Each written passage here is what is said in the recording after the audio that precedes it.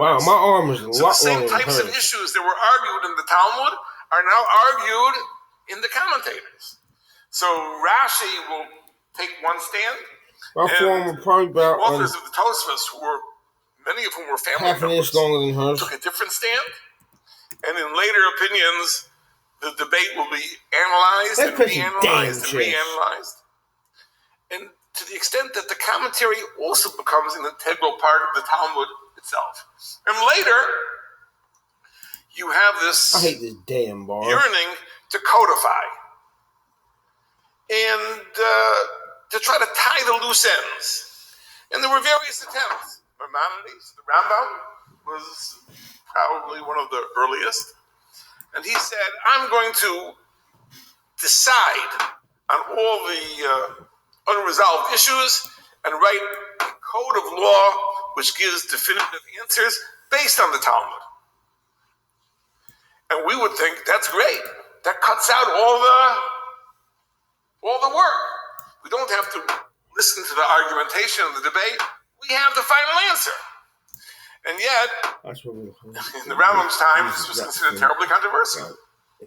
His critic, Rabbi Avraham ben David, the Ravid, was very, very emphatic in rejecting this. He said that Maimonides departed from the manner of scholarship by not giving us the argumentation, not giving us the proofs, not giving us the names to attribute the rulings, by speaking as if he is the sole authority. Himself. That's not Jesus the Jewish is not way. The Son of God. If that's hope, and I don't win this game. Then there were other codifications. Ultimately, we have what's called the Shulchan Aruch, the Code of Jewish Law, written by Rabbi Yosef Karo in the 1500s.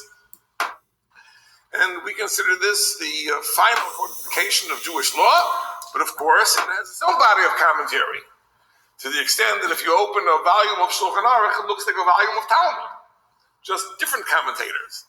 So nothing is ever ultimately resolved. And today you have modern works that try to do the same type of codification, and undoubtedly the time will come that there will be commentaries written to those works as well. So why do we stick with the Talmud? It seems that the Talmud is smack in the middle of a process. We start with the text of the Torah. We have an oral tradition, which was committed to writing in the Mishnah. We have the argumentation in the Talmud. We have a body of commentary. Ultimately, we have a final codification. Well, if the purpose of learning Torah is to know what to do, what would the best way of knowing what to do be?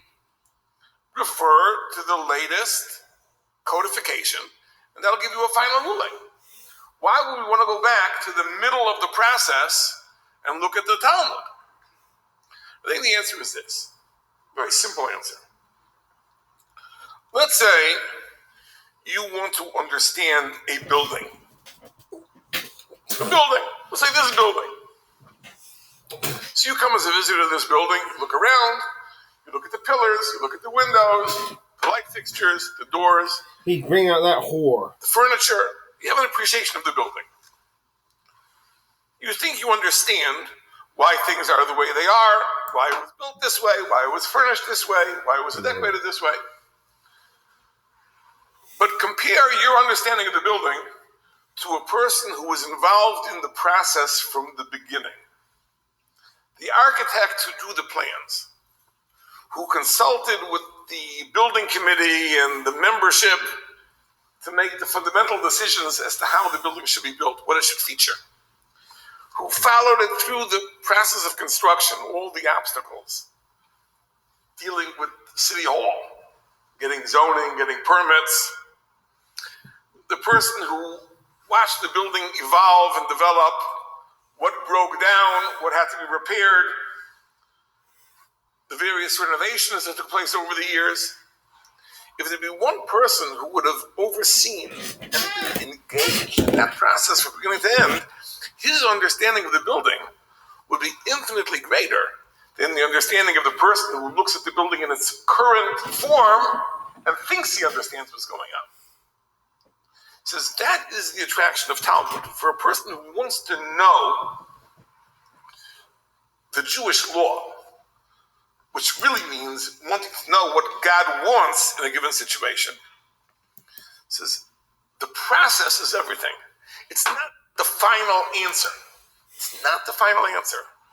It's working it through from the very beginning through all the steps of analysis and debate and Get discussion that damn whore out of here, you son of until a its bitch. final conclusion.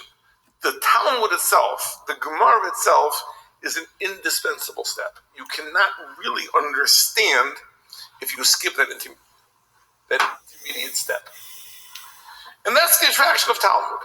Now, it's ironic that because Talmud is so difficult, sometimes to clarify a single point may take days and days and days of study, maybe months of study. So now you have a problem. If you have to spend months of study, so how are you going to have the broad knowledge of all the things you have to know as a Jew? If you try to follow this process of starting from the beginning and working your way through, there's not enough time to master everything. So for that, we rely on the codifications.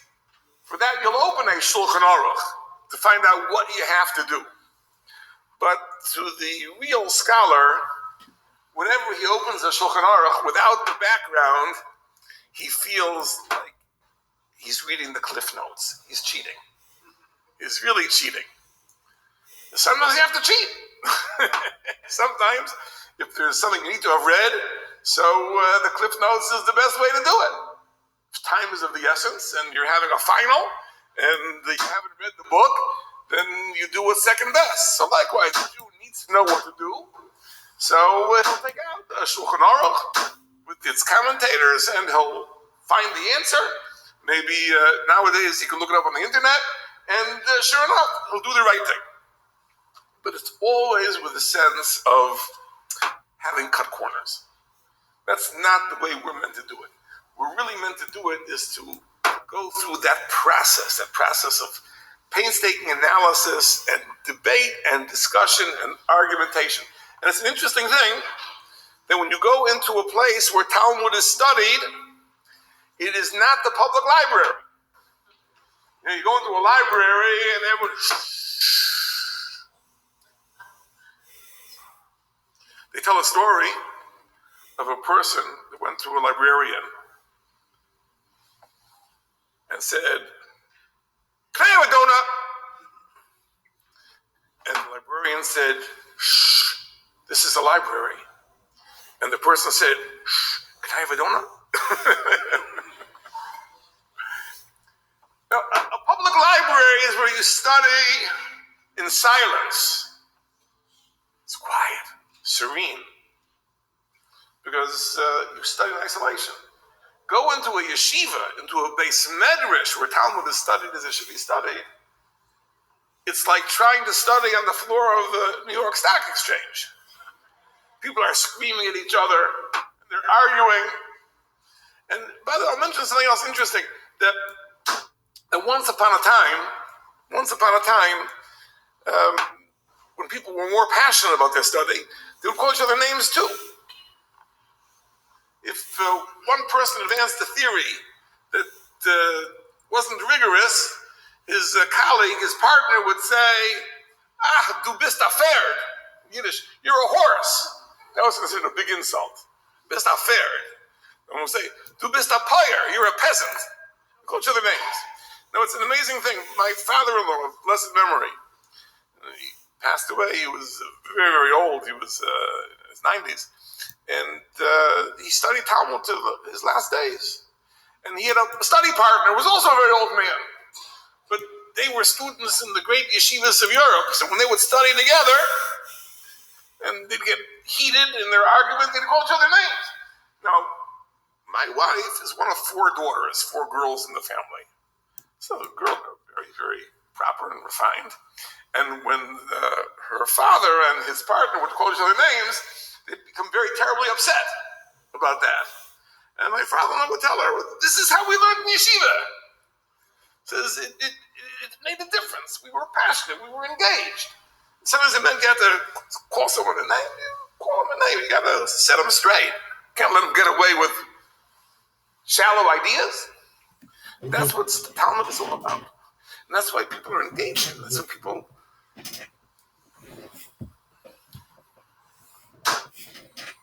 attach themselves to it. And it's an interesting thing. You may have stumbled across a number of years ago, not so many years ago, there were articles, it was reported that in South Korea, there are tens of thousands of people studying Talmud. Now, it happens to be, as all things are, this is a great exaggeration. It's not really what happened. What happened was that there was a rabbi who was a chaplain in Japan in the 60s, I believe. And he wrote a little book of aphorisms in the Talmud, and someone translated it into Japanese. Now, he has no idea whether the translation was accurate because he doesn't speak Japanese. And somehow someone in South Korea got a hold of this Japanese book and he translated it into Korean, and it became a bestseller.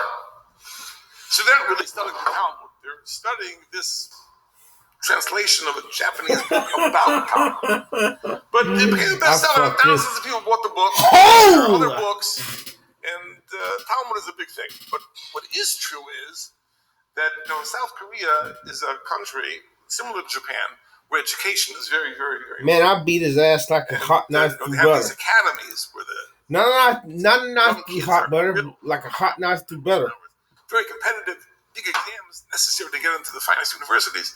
I pressed into him They're and all beating looking him for up. a learning technique that is going to give them an edge, give them an advantage. I was so efficient someone and heard that hit so hard with my Israel, fist, I softened his butter. people study Talmud with partners, study partners. It's called chavrusa. And they argue and they debate and they really carry I forward the blooded Talmudic him up analysis with my fists. in modern times. And they that thought, gets me wow, hard. this is a fabulous idea. And some of the academies in South Korea have embraced this method of chavrusa learning in the various subjects that they emphasize because they realize that there's something to it. It's very, very interesting. So they're not Get studying that Talmud, damn they out of borrow here. some things from us. What's very interesting is that the Talmud tells us an amazing thing. It says that the covenant that God made with the Jewish people was made over the oral law, over the Torah Shebaal Peh, not over the written law. It's a very cryptic statement. The covenant that God made with the Jewish people was over the oral law. I think it means the following. A written text is available to everybody. Ear my damn work, you son of a stupid bitch. It's not gonna work. The Sefer Torah is there in the Ark. Anyone that wants can take it out, read it, try to understand it. Come on, you It's stupid not particularly bitch. Jewish. It's available to everybody. And by the way, maybe this is the best place to say this, that's exactly what happened to the Torah. Who borrowed the Torah and tried to make it theirs? The Christian world. But the Christian world has a New Testament, but they haven't rejected the Old Testament. Stupid. Bible, and they've made it theirs. What a fucking moron. Of course, they've added the New Testament, and in the process corrupted the Old. I'm expecting him to resign any Ask minute them, they now. still assert the claim that they are devoted to the Old Scripture to some extent. And that's only possible because it was accessible. It's available. It's open for everybody. The Torah Shebaal Peh, the oral tradition, is uniquely Jewish. That's the unique relationship that we have with God. Even in South Korea, they're only studying about the Talmud. They're not studying Talmud. That's the relationship. That's the covenant. That binds us to God Himself. Maimonides writes a commentary to a very, very interesting Talmudic story. The Talmud says there was a great sage Rabbi Yochanan ben Zakkai. He was the junior of the 80 disciples of Hillel. Hillel, the great sage Hillel, had 80 disciples. The most senior was named Rabbi Yonasan ben Uziel. He was so holy that when he would study Torah, a bird flying over his head would be burnt to a crisp. Why would that be? So Rashi says, because the angels, the fiery angels came to hear him studying Torah. So above his head there were fiery angels, so that the bird fly through the airspace to be roasted in the process. That was Yonas ben Uziel. Yochanan ben Zakkai was the youngest of the 80. He was the most junior of the 80. What does the Talmud say about him? He knew everything.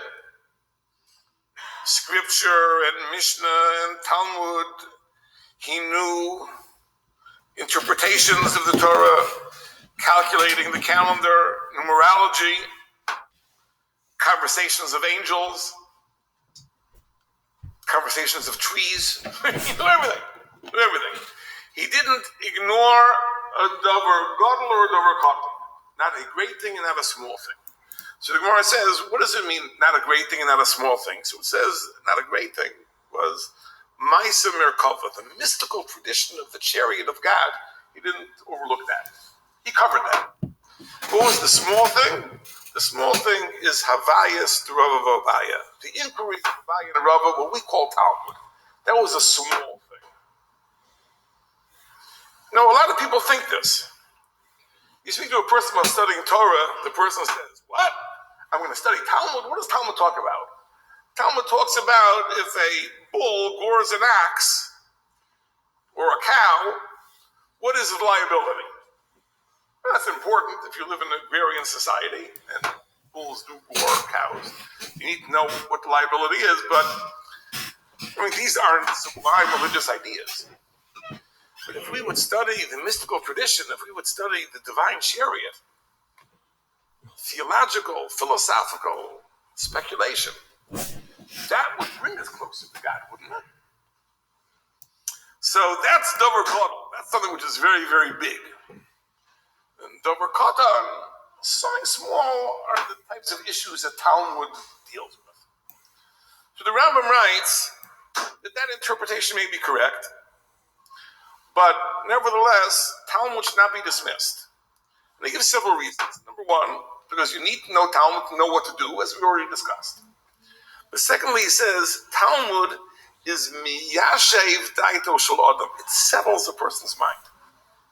It teaches a person how to think. This is an amazing thing about Talmud. You know, we go to big rabbis, and we ask them all sorts of questions.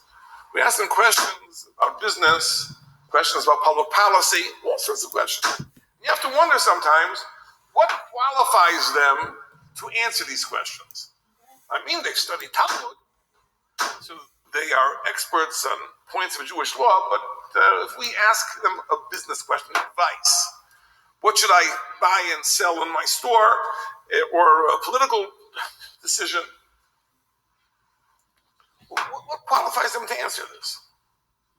And the simple answer is that Torah, especially Talmud, has an amazing virtue, that it settles a person's mind. It trains a person to think. And if your mind is trained, then you can use that trained mind to analyze any situation. You want to know how to deal with your children? You want to know whether we should be supportive of the government or not supportive of the government? Do you need to know how to run a business? Do you need to know how to run a school? The trained Talmudic mind is equipped to do those things, because this process of analysis, this process of debate and discussion, viewing an issue from all angles, facilitates the settling of the mind. But the hour is late. I just want to mention one thing which is important to know, that learning Torah is not only an intellectual thing. It's not just now you know what to do or you've sharpened your mind. It's also a religious act. And,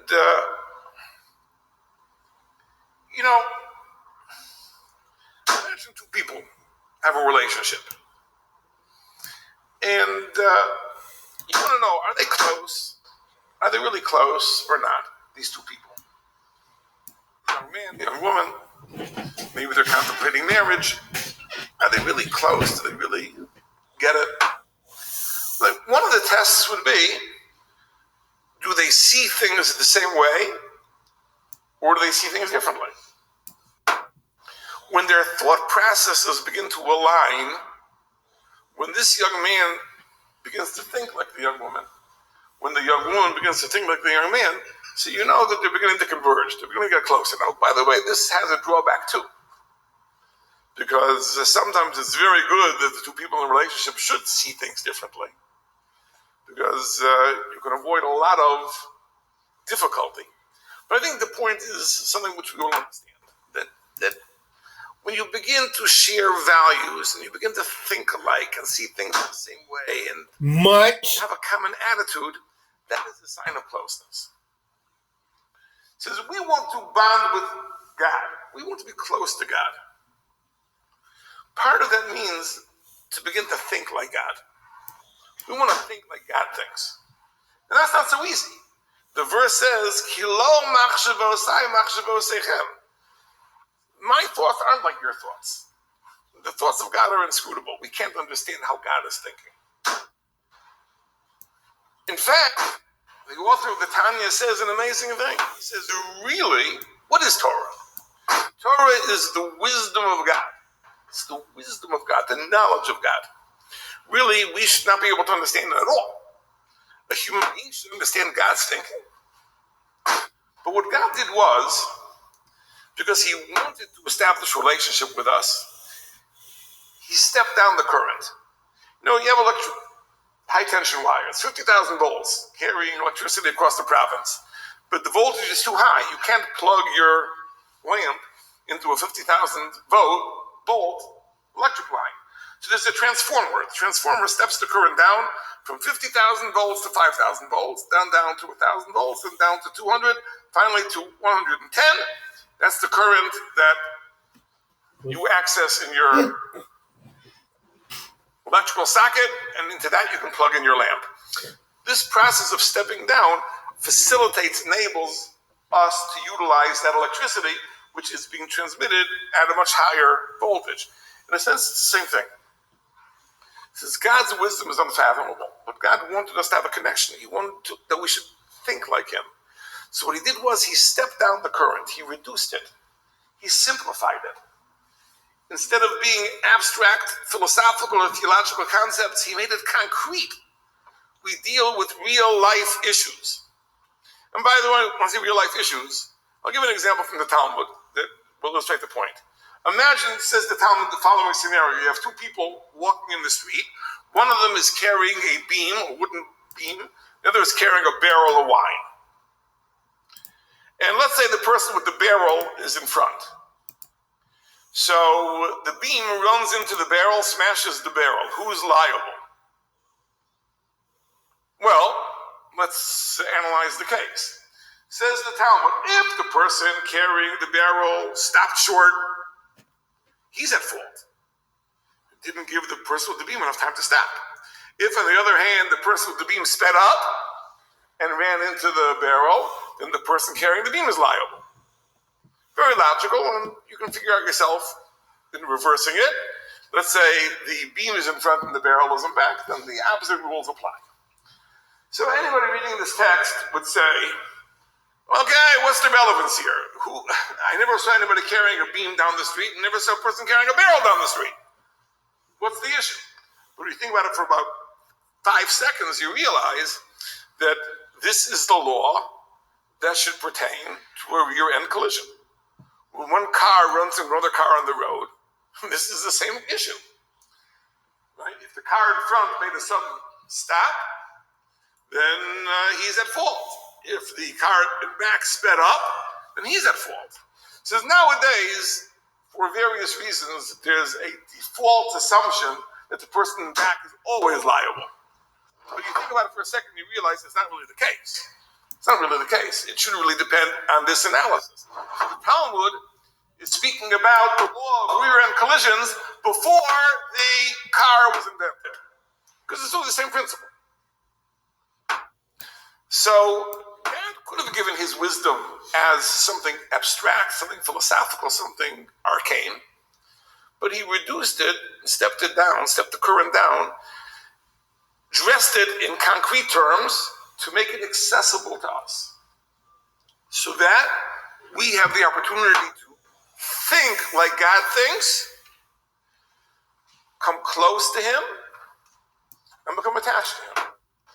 And the author of the Tanya says this is the meaning of a famous Talmudic statement. It says that Torah is compared to water.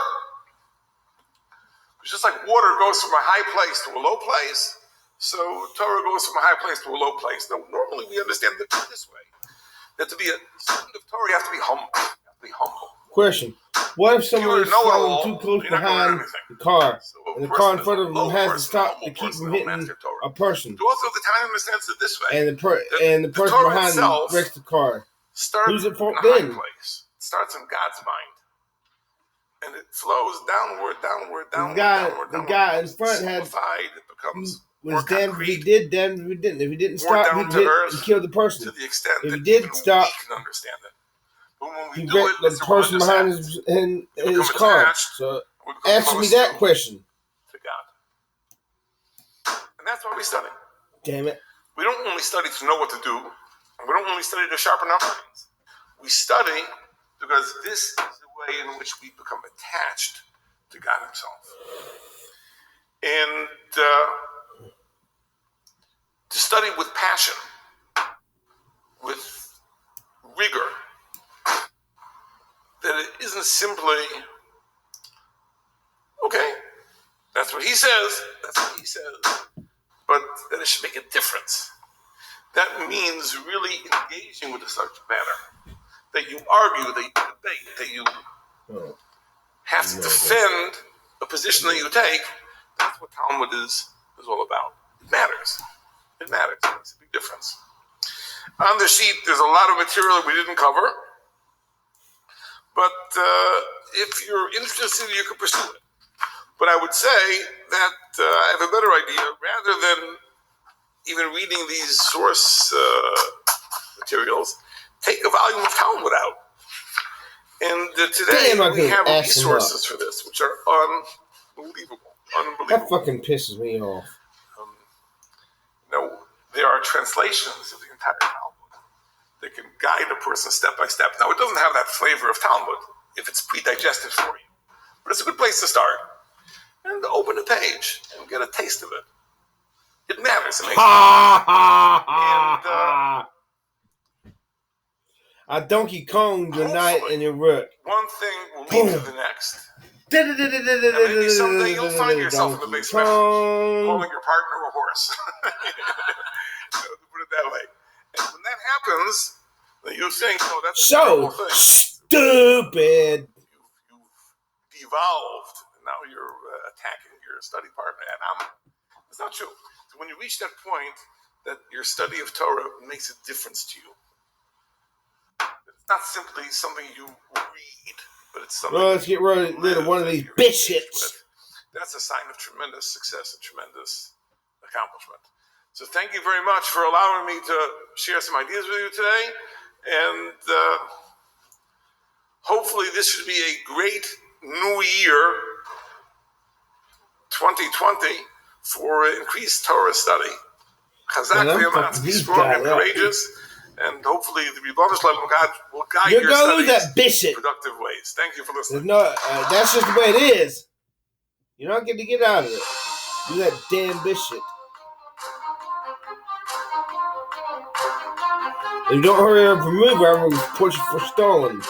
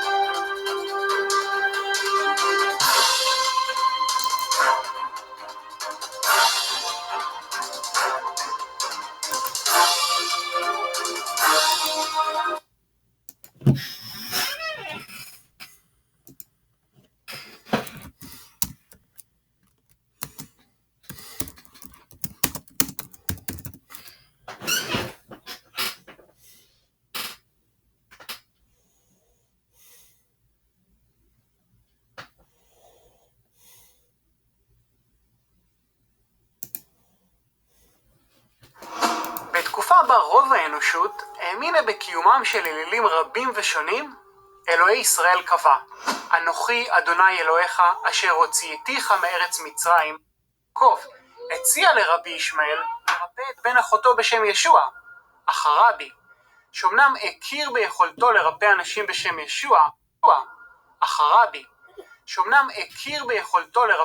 בשם ישוע, סירב והעדיף שבן אחותו ימות.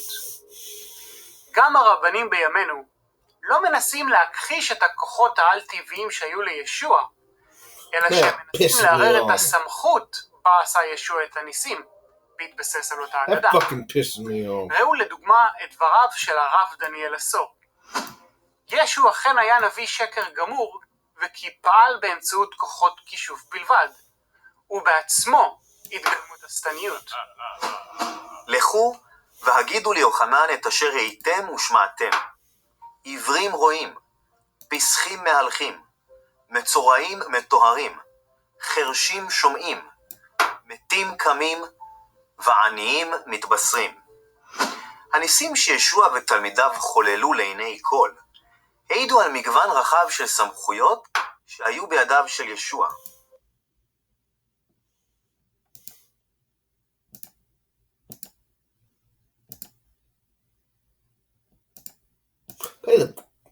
Play the fucking video.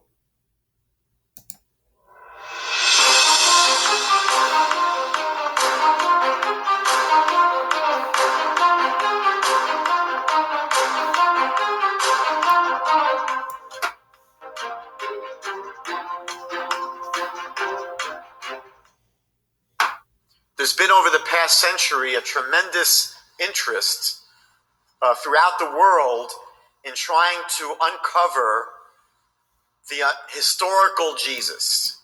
Who really was Jesus? And for most of the past 2,000 years, the conventional wisdom has been that Jesus was a renegade Jew who broke away from Judaism and started another religion. That has always been the conventional wisdom. He's one of our boys that went bad, went rogue, and Christianity was his invention.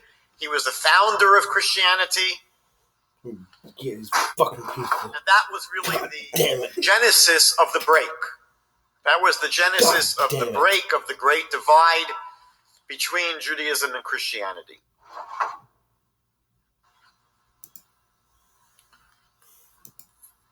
However, over the past century, this viewpoint has been re-evaluated, and many scholars today believe that this may not be the entire story.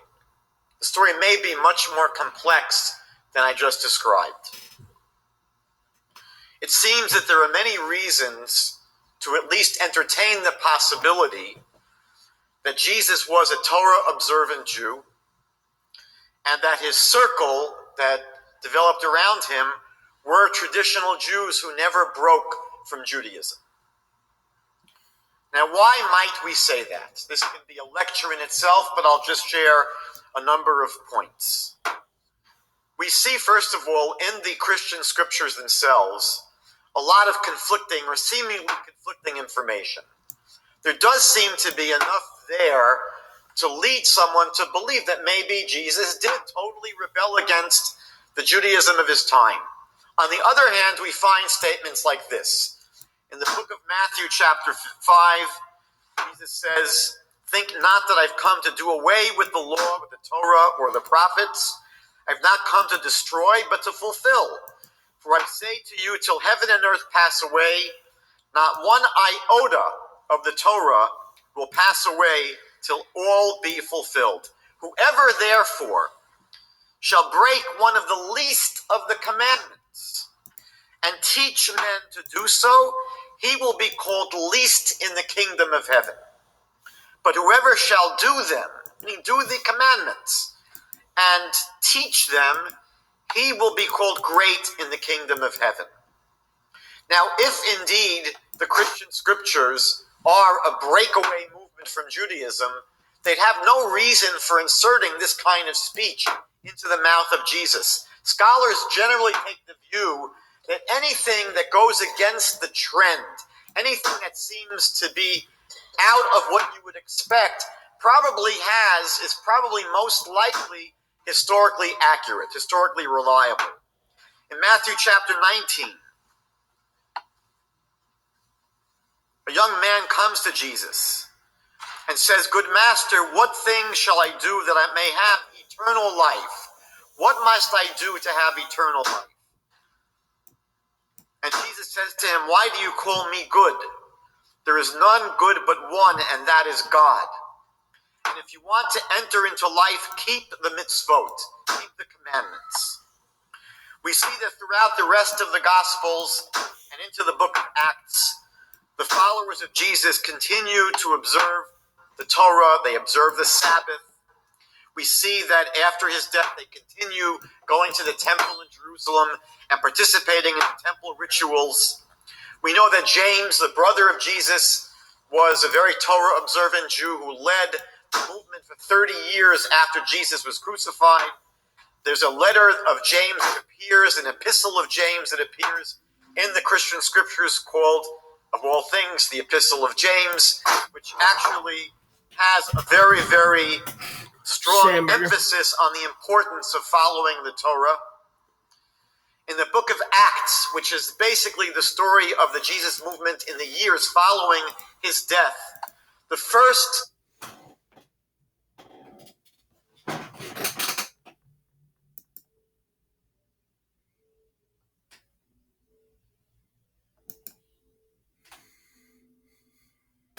Come on, you motherfucker.